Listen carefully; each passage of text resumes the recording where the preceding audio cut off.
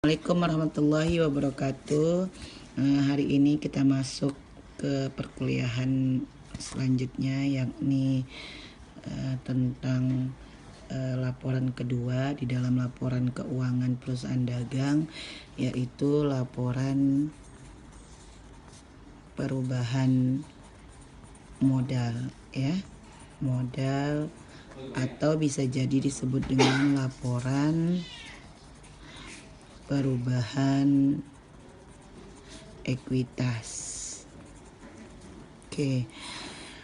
Laporan kedua ini adalah laporan yang disusun setelah laporan laba rugi.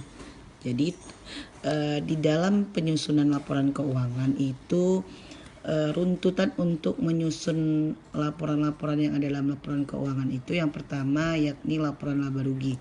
Jadi kalau kalian sudah bisa menyusun laporan laba rugi, selanjutnya yang perlu disusun adalah laporan perubahan modal ataupun laporan perubahan ekuitas, ya. Karena kenapa Bu harus laporan perubahan modal yang kedua? Kenapa tidak pertama dari laporan laba rugi? Karena memang di dalam laporan ekuitas itu ataupun perubahan modal itu ada satu komponen akun yang berhubungan erat di dalam laporan ekuitas. Jadi kalau tidak disusun laporan laba ruginya, kita tidak akan bisa menyusun laporan perubahan modal kecuali akunnya sudah dalam laporan ekuitas atau laporan perubahan modal itu adalah akun laba ataupun rugi, ya. Jadi yang pertama yang perlu kita ketahui di dalam laporan perubahan modal yakni pengertian, ya, pengertian apa itu Bu laporan perubahan modal ataupun perubahan ekuitas. Sama seperti namanya, jadi laporan ini berisikan tentang berubahnya modal perusahaan atau berubahnya modal ekuitas ataupun ekuitas perusahaan.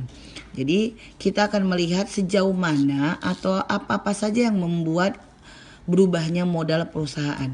Jadi berubahnya di sini bisa jadi naik, bisa jadi turun, karena memang berubah, ya. Karena jadi kalau misalnya kita mau melihat berubahnya modal perusahaan itu, dia terdapat di dalam laporan perubahan modal, ya.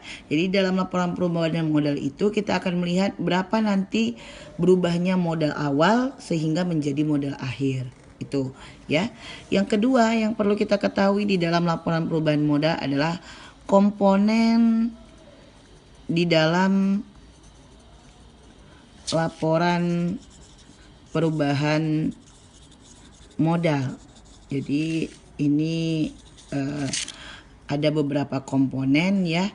Yang pertama itu adalah modal, karena itu yang akan kita lihat di dalam berubahnya modal perusahaan. Jadi modal di sini yang kita lihat atau kita cantumkan dalam laporan perubahan modal itu yakni modal awal perusahaan atau modal permulaan perusahaan atau modal pada saat di awal perusahaan memulai. Jadi itu ada modal awal, ya. Karena memang modal itu nanti ada nanti namanya modal awal, ada modal akhir, ada tambahan modal, itu kan banyak jenisnya, ya. Dan itu saya anggap kamu sudah paham karena di akuntansi sebelumnya, ya. Yang kedua, komponen apa lagi Bu? Yang kedua itu yang seperti saya bilang di awal tadi. Ada akun dari laporan laba rugi yang mempengaruhi daripada berubahnya modal ini, yakni komponen laba atau rugi.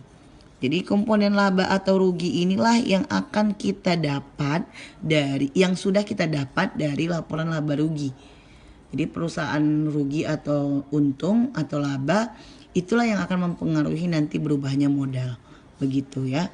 Jadi ini ada namanya prefer atau penarikan pribadi atau prive, penarikan pribadi.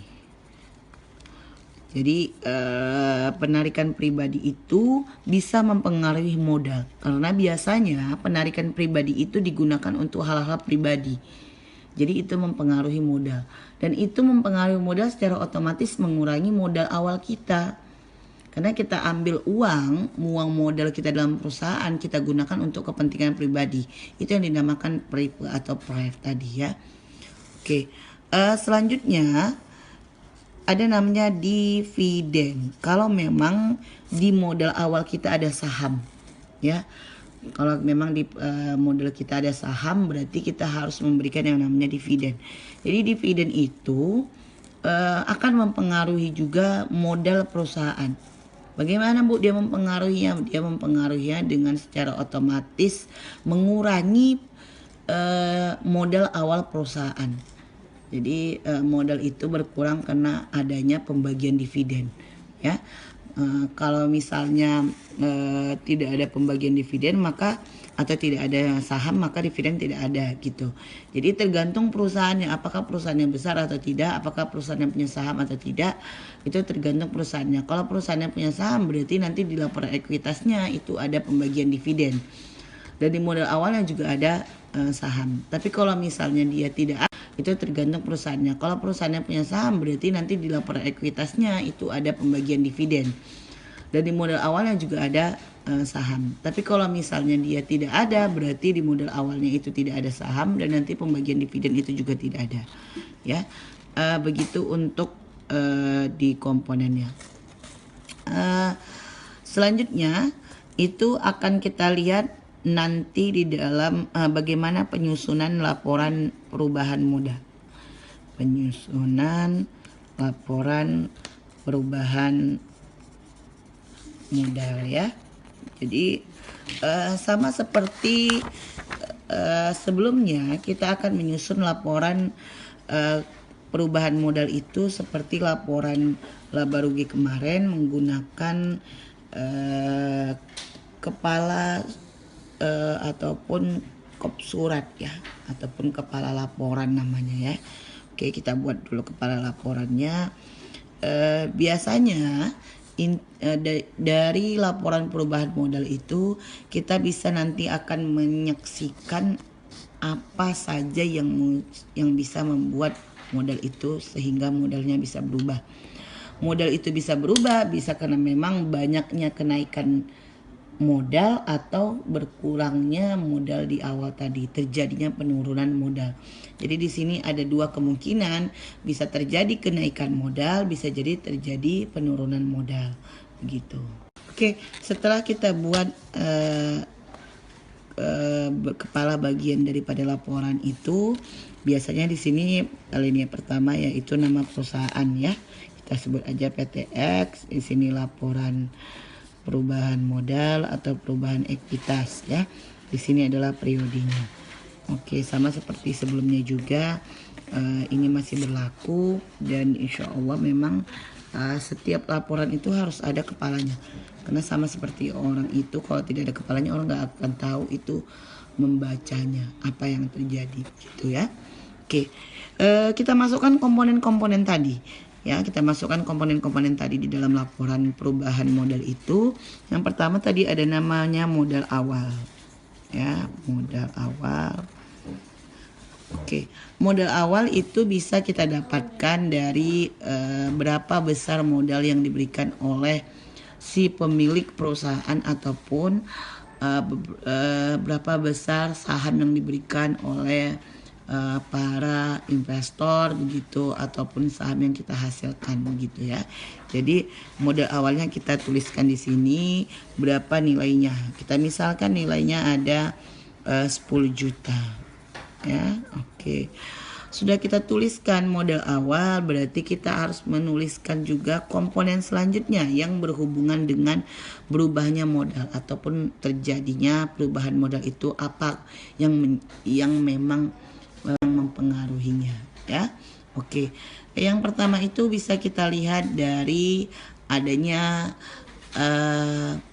terjadinya yang namanya laba atau rugi perusahaan.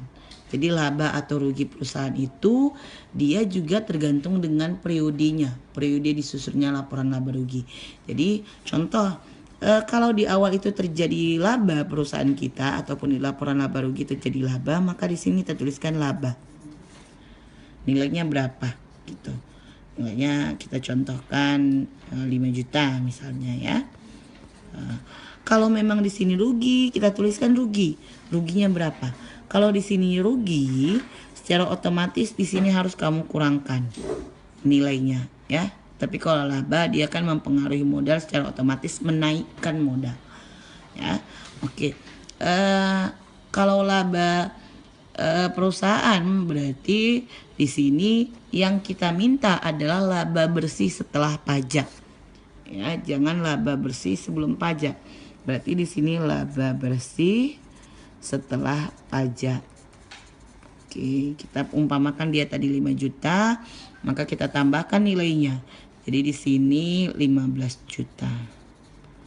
Oke, 15 juta ini apa namanya, Bu? Kita buat saja di sini sebagai kenaikan modal. Oke. Pada saat sudah ada komponen laba,